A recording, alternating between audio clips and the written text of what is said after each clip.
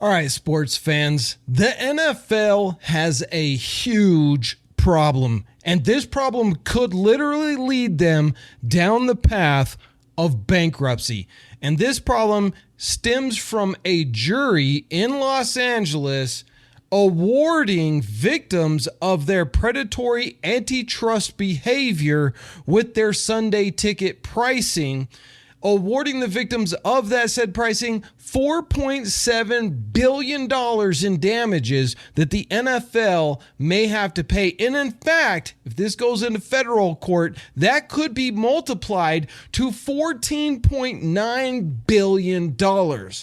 So we're going to jump into that today and what I think this means for the NFL moving forward and for you as sports fans and football fans around the world who want to watch their favorite teams and how this is going to affect your pocketbook. So let's jump into the article that is in ESPN today, and it goes on to read that a jury in U.S. District Court ordered the NFL to pay more than $4.7 billion in damages Thursday after ruling that the league violated antitrust laws in distributing of out-of-market Sunday afternoon games on a premium subscription service. The jury awarded $4.7 billion in damages to residential class and $96 million in damage to the commercial class. Since damages can be tripled under federal antitrust laws, the NFL could end up being liable for $14.39 billion.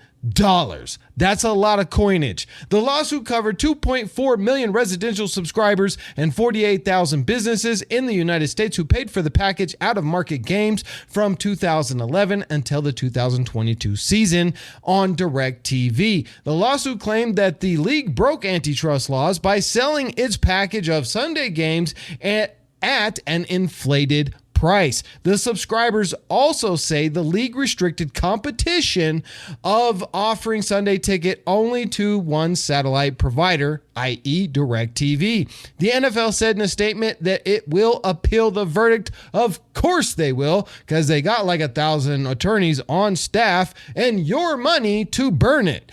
We are disappointed in the jury's verdict today, said the NFL, about the Sunday ticket class action lawsuit. We continue to believe that our media distribution strategy, which is insane and so difficult to actually watch the game you want to watch, unless you want to pay an awful lot of money, which features all of the NFL games broadcast over free over-the-air television in markets of participating teams, unless there's a blackout, and national distribution of our most popular games, supplemented by many additional choices including Red Zone, which is trash, Sunday Ticket, overpriced, and NFL Plus, which is, let's face it, a waste of money. They say it is by far the most fan-friendly distribution model in all of sports entertainment, said the league. Again, they're just making excuses for being greedy little trolls.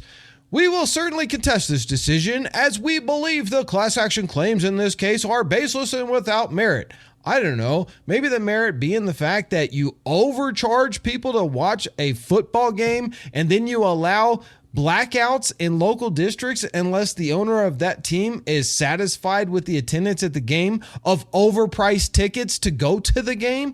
It's very predatory and it makes it very difficult for people to even continue being a fan. And we have a situation. The NFL was a staple of American culture, and a lot of younger generation are just not getting into the NFL because, well, it's hard to watch a game, it's expensive to watch a game, and it's just become over monetized and commercialized.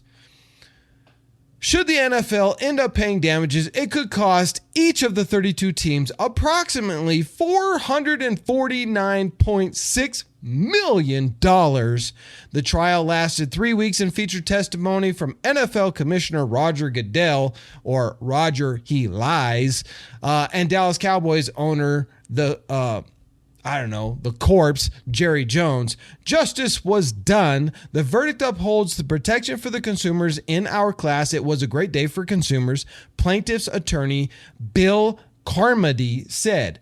I bet it was a great day, Bill, because I also know that attorneys get like 30% of whatever damages. So you are now a billionaire. Wow. During his closing remarks, Carmody showed an April 2017 NFL memo that showed the league was exploiting a world without Sunday Ticket in 2017, where cable channels would air Sunday afternoon out-of-market games not shown on Fox or CBS. The jury of 5 men and 3 women deliberated for nearly 5 hours before reaching its decision. Payments of damages, any changes to the Sunday Ticket package and or the ways the NFL carries its Sunday afternoon games would be stayed until all appeals have been concluded. Now, that can take some years, so don't expect this decision to make an effect to how much Sunday Ticket is costing you right now. The league maintained it had the right to sell Sunday Ticket under its antitrust exemption for broadcasting. Again, this boggles my mind how the NFL, which is a for-profit organization, gets non-profit organization protection by our government.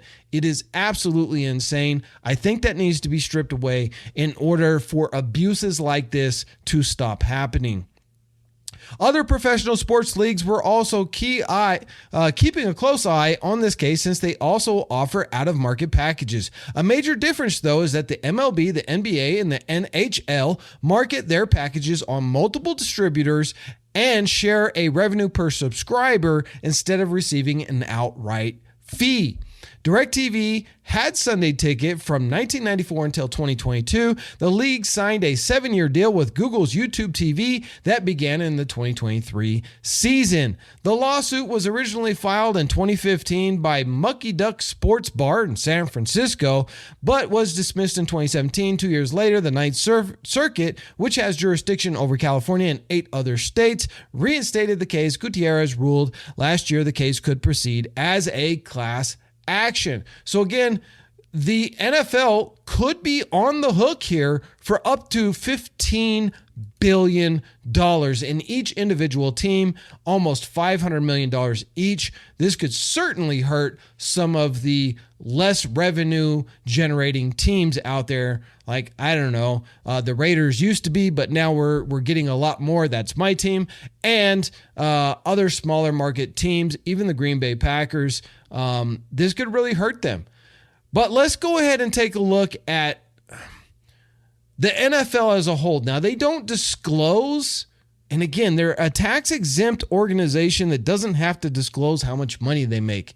It's absolutely absurd, the favoritism that the NFL gets in our Congress. And I don't know, I'm sure there's some dark money that's playing a part of that, but they don't actually have to disclose it. But what we do know is that the NFL makes an awful lot of money, about $15 billion a year.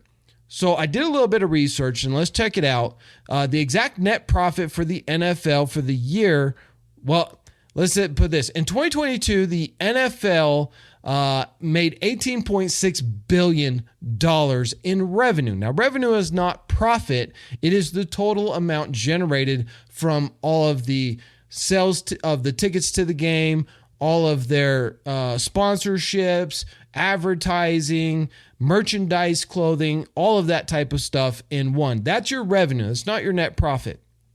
Did some research on the net profit, though. The exact net profit for the NFL for year 2022 is not publicly disclosed. Again, a tax-exempt organization that doesn't have to disclose how much money it makes, that is super suspicious. However, we can get an idea of the operating income, which is a measure of profitability before certain costs. During 2022 season, the average revenue for the league's 32 teams increased 8% to $581 million. Remember, this is their revenue for 1 year. And each one of these teams could lose up to $500 million. In essence, lose an entire year's worth of revenue, not profit, revenue. So every dollar that they make could go into having to repay people who were overcharged by the NFL with the Sunday Ticket. Now, obviously, this goes before your earnings, before interest, taxes, depreciation, amortization, all of that takes into effect, all their operating expenses, on and on and on. Again, these numbers are not publicly available. Only the Green Bay Packers are. But again, that's not enough data to tell you how much net profit that they make. But what we do know is they make about $18 to $20 billion a year in revenue. And if they lose their appeals, they could lose an entire year's worth of revenue, not just profit, but revenue. Now, I'm sure that they have some money in the background. They could take a bunch of favorable loans and they could pay this off. However, the possibility that the NFL itself could file some sort of bankruptcy over this judgment is very real and looming. How that would play out with all the 32 different teams, 31 of them being privately owned, one of them with the Green Bay Packers being publicly owned, is yet to be determined. I'm guessing that they would go into some type of a Chapter 11, which is a strategic business bankruptcy, where they would pay this off over time without interest, and they would put some assets up, blah, blah, blah, blah, and they would probably get a pretty favorable deal by any judge that would oversee this.